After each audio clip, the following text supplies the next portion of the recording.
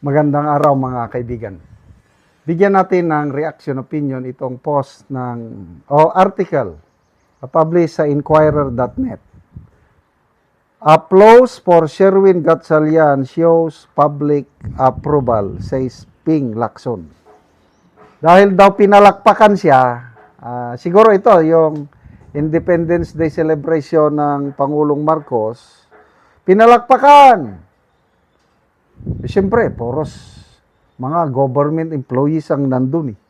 Siyempre, palakpakan. Dahil pinalakpakan, public approval na daw yun. Kapon, yung Daily Tribune, nagkaroon siya ng survey, tinanong sa mga netizens, may deadlock sa Senado. Kung taong bayan ang boboto, sino ang bobotohan nyo? Sino ang pipiliin nyo na Senate President? Cayetano or Gatchalian? Ang result sa kahapon ito 65% pumili kay Cayetano, 20% ang pumili kay Gatchalian, yung remaining 15% undecided. Ganon po yun.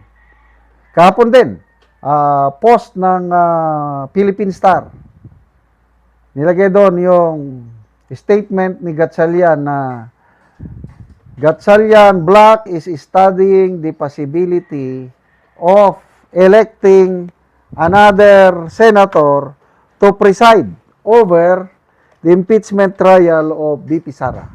Ano yun? So, ang posible daw na piliin nila si Escudero. Tinignan ko yung reaksyon ng taong bayan. Nandun yung public approval eh. Sa 35,000 na nag-comment doon sa post ng Philippine Star, pahayag ni Gatchalian na plano nilang pipili ng isang senador na mag-preside sa impeachment trial. 35,000 ang nag-react. Ang tumatawa is 29,000. Ang angry is 663. Ang nag-like is 4,800. Ang nag-love is 383.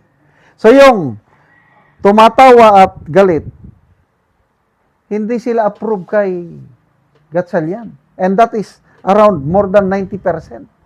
Itong nag-like at nag-love, nasa 5,000 lang, nasa 10% lang. So, ano yung basihan ni Senator Lacson na dahil pinalakpakan, ang babaw naman ng kanilang appreciation ng public support dahil lang sa palakpak. Basahin natin dito The applause that greeted Senate President Pro Tempore Sherwin Gatchalian after President Marcos acknowledged him during Independence Day rites on Friday showed public acceptance of his leadership of the Senate. Ping Lacson said. Sabi niya, nagmayabang pa si Lacson. The cheering and applause this morning simply symbolize public acceptance and approval versus public disapproval and disgust. No need to mention here who versus who, Lacson said in a post on X. Sa kapon, sa kanyang Facebook page, meron siyang ipinost. Mag-comment sana ako. Wala, hindi ako makakomment. Bakit? May mga ina-allow niyang mag-comment, kailang karamihan yung nakakomment positive. Halos walang negative. Anong ibig sabihin nun? Pinipili nila. Tignan nyo, hindi yung palakpak kasi pro-government yun, yung nag-attend doon, ilang libo yun, be? Mabuti kung may 10,000. Anong population ng Pilipinas? 117 million. Palakpak lang ng 10,000, public approval na. Mag-isip naman kayo. Kung public approval, bakit ang rating ng Pangulo na kumikilala sa Gatchalian's Senate presidency, bakit negative ang kanyang net satisfaction rating? kung talagang public approval. Bakit si BP Sara? Siya ang may pinakamataas, positive 29. So, wala yun. I beg to disagree sa sinasabi ni Lacson na dahil lang pinalakpakan, ang babaw. Mababaw mag-isip. Sorry ha. Ay nako. Cheering from the crowd followed as Marcos mentioned. Gatchalian. Sa speech ng Pangulo, bakit hindi niya sinabi na our acting Senate President, Sherwin Gatchalian, bakit hindi niya sinabi? Bakit sinabi lang niya na Senate pro tempore? Ibig sabihin, kung Senate pro tempore lang, meron pang mas mataas sa kanya na Senate President. Sino ang Senate President? Anong nangyari kay Cayetano? Inalis nyo?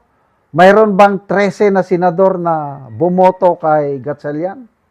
Wala. 12 lang. So, hindi nyo matawag-tawag si Gatchalian na Senate President dahil hindi siya binutuhan ng 13. Alam nyo yan. Kaya walang makapagtawag kay Gatchalian na Senate President. Ganun lang yun kasimple. Huwag nyong lukuhin, huwag nyo namang ismulin ang intelligence ng Pilipinos. We were not born yesterday. Napakasimple po yung konstitusyon. 13 ang quorum. 13 ang pwedeng mag-elect ng isang Senate President. May 13 na ba kayo? Wala. Quorum ba yung 12? Hindi. Kaya ang gawin nyo, para matapos na ang sigalot, simple lang. Mag-recruit pa kayo ng isa. Ganun lang. Kung nakaya nyong i-recruit yung si Escudero, ayan, God knows who does not pay, edi may isa pa. Pag may isa pa, tapos na. Sabi ni SP Cayetano, once na may 13 na kayo, I will step down as fast as I can.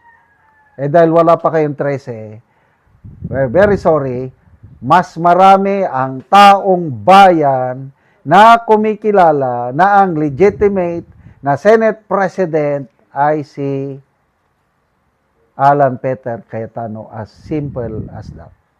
Salamat mga kaibigan sa inyong pagsubaybay sa channel na ito. Nakakatulong kayo ng malaki sa tribong Talandig ng Bukidnon dahil ang income natin sa channel na ito is pantulong sa tribo.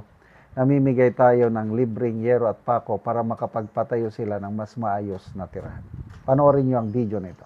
Ako sa balay sa Tabangan na Mugiro, sa balay ni Bibi Jean Himanan, nga taga San Rafael, Purok 6, sakop sa Talakag Bukidnon. So muna ni ang itsura sa iyang atop nga pagapulihan karon. So natabangan siya og napulo ka yero nga diotso.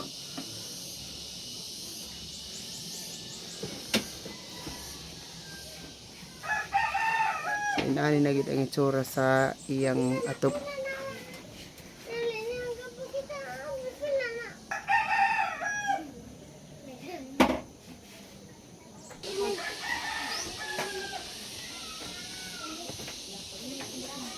Og mo na ni ang ngero nga gitabang nga ilang iatop. Og karon mo na ni ang ilang pag-aatopan.